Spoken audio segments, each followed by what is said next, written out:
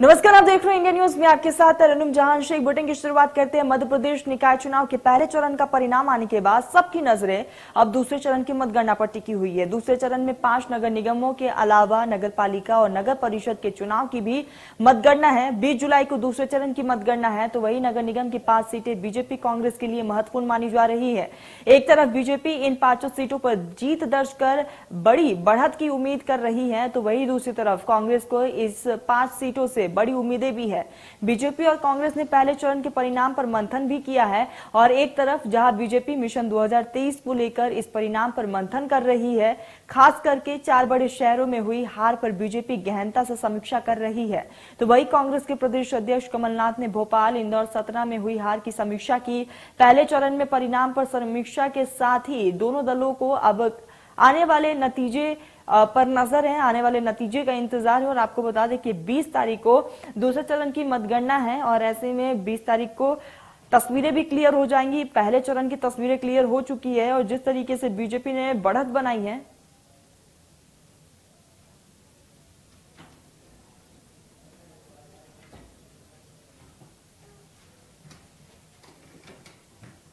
हमारे साथ प्रभु पटेरिया जी जुड़ चुके हैं, रेजिडेंट एडिटर। प्रभु जी, जिस तरीके से पहले चरण का परिणाम आ चुका है, लेकिन दोनों दलों को अब दूसरे चरण के परिणाम का इंतजार है और लेकिन अब साफ तौर पर दोनों दलों में समीक्षाएं बैठकें जो हो रही है वो भी देखी जा रही है। क्या कहेंगे इस पर आप? बिल्कुल तरन्नुम, दोनों पार्टियां अपनी अपनी समीक्षा कर रही है, कहाँ जीते कहाँ हारे। यदि हम नगरीय निकाय के पहले चरण के नतीजों को देखते हैं तो स्वाभाविक तौर पर जो नगर निगम क्षेत्र है वहां भारतीय जनता पार्टी को नुकसान हुआ है। पिछले बार जो 2015 में चुनाव हुए थे, भारतीय जनता पार्टी प्रदेश के सभी 16 नगर निगमों में भारतीय जनता पार्टी थी। इस बार यदि पहले चरण के जो 11 परिणाम आए नगर निगमों के, उसमें से 4 बीजेपी के हाथ से बाहर चले गए, एक में आम आदमी पार्टी जीती है और 3 कांग्रेस के पक्ष में गए। और यदि हम नगर पालिका और नगर पंचायत के नजरिए से देखते हैं तो भारतीय जनता पार्टी को वहां पर अच्छा बहुमत मिला है। पिछले कई सालों में जो चुनाव हुए हैं उसमें सबसे ज्यादा यदि भाजपा को सपोर्ट यदि मिला है तो नगर पालिका और नगर परिषद के चुनाव में इस बार मिला हुआ है। उनके 1200 से ज्यादा पार्षद जीत कर आए हैं। 36 नगर पालिका में से पहले चरण की में से उन्हें 26 में क्लियर कट बीजेपी जीती है। कुछ जगह पर उनको बीजेपी समर्थित नगर पालिका बनने की स्थिति है। ऐसे नगर पंचायत के जो 86 परिणाम आए थे उसमें से 52 जगह बीजेपी जीती है और 21 जगह बीजेपी समर्थित नगर परिषद बनने की स्थिति है। तो बीजेपी के लिहाज ग्रामीण क्षेत्र के या कस्बाई जो क्षेत्र है वहां बीजेपी को समर्थन मिला और एक बड़ा चेंज है मध्य प्रदेश की राजनीति के लिहाज से। भारतीय जनता पार्टी को शहरों की पार्टी कहा जाता था, खासकर बड़े शहरों की, वो उसका वोट बैंक जो है नीचे तो शिफ्ट हो गया बीजेपी की तरफ जो कांग्रेस में जाता था, लेकिन बड़े शहरों का वोट बैंक छिटक रहा है। तो ये बीजेपी अपनी समीक्षा कर रही है कि क्या उनसे गलती हो गई। वही कांग्रेस की समीक्षा कर रही है कि उनको कहाँ गलतियां उनसे हुई हैं, कहाँ उनने अच्छा काम किया। और ये जो ग्वालियर की जो जीत है, खासकर बीजेपी की ग्वालियर की जीत की बात करें तो ग्वालियर की जीत का पूरा श्रेय वहां की स्थानीय उम्मीदवार को जाता है। तो ये इस लिहाज से कांग्रेस भी तय कर रही है, क्योंकि राघोगढ़ में भी कांग्रेस को वो उम्मीद जैसी थी वैसा परिणाम उसका नहीं आया। दिग्विजय सिंह का क्षेत्र है, कमलनाथ के क्षेत्र छिंदवाड़ा में जरूर कांग्रेस 100% स्थिति में है। तो ये बड़ी कांग्रेस के लिए चिंता का विषय है, क्योंकि पूरे प्रदेश में यदि अगले चुनाव में उतरना है, सरकार बनानी है मध्य प्रदेश में, तो पूरे प्रदेश में उनको समर्थन की जरूरत होगी। तो इस लिहाज से वो अपनी समीक्षा कर रहे हैं। दूसरी बात तरन्नुम, जो कल परिणाम आने हैं तो 214 निकायों के परिणाम आने हैं, वहां पहले चरण से ज्यादा पोलिंग हुई है और इसमें 5 नगर निगम है। यदि 5 नगर निगम में से 1-2 नगर निगम भी कांग्रेस के खाते में जाते हैं तो भारतीय जनता पार्टी के लिए काफी बड़ा नुकसान साबित होगा। प्रभु जी, एक वक्त हुआ करता था जब 11 की 11 सीटें बीजेपी के पास होती थी, लेकिन आज सिर्फ 7 सीटों पर सिमट कर रह गई है। आने वाले समय में क्या बड़ी चुनौती है 2023 को भी लेकर? क्योंकि जिस तरीके से हम आम आदमी पार्टी को देख रहे हैं, आम आदमी पार्टी ने भी अपना खाता खोल दिया है, तो कहीं ना कहीं जो जमीन तलाश रही थी आम आदमी पार्टी, वो तलाश पूरी हो चुकी है। और क्या दोनों दलों के लिए आने वाले समय में बड़ी जिम्मेदारी के तौर पर या फिर बड़ी रणनीति के तौर पर देखी जा सकती है?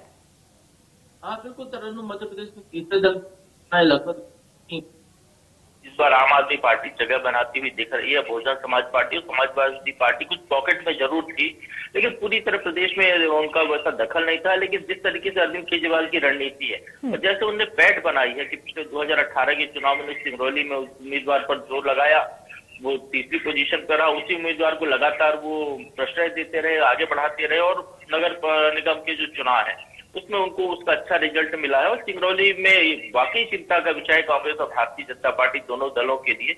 वहाँ मेयर तो आम आदमी पार्टी का बना ही, 5 पार्षद भी वहां पर आम आदमी पार्टी के जीते हैं और सिंगरौली के सभी 45 वार्डों में आम आदमी पार्टी को अच्छे वोट मिले हैं। तो ये एक चिंता का विषय है जहां से वो ट्रेंड बना रहे हो। पूरे मध्य प्रदेश की यदि हम बात करते हैं आम आदमी पार्टी के लिहाज से, तो 17 पार्षद उनके जीतने में कामयाब रहे।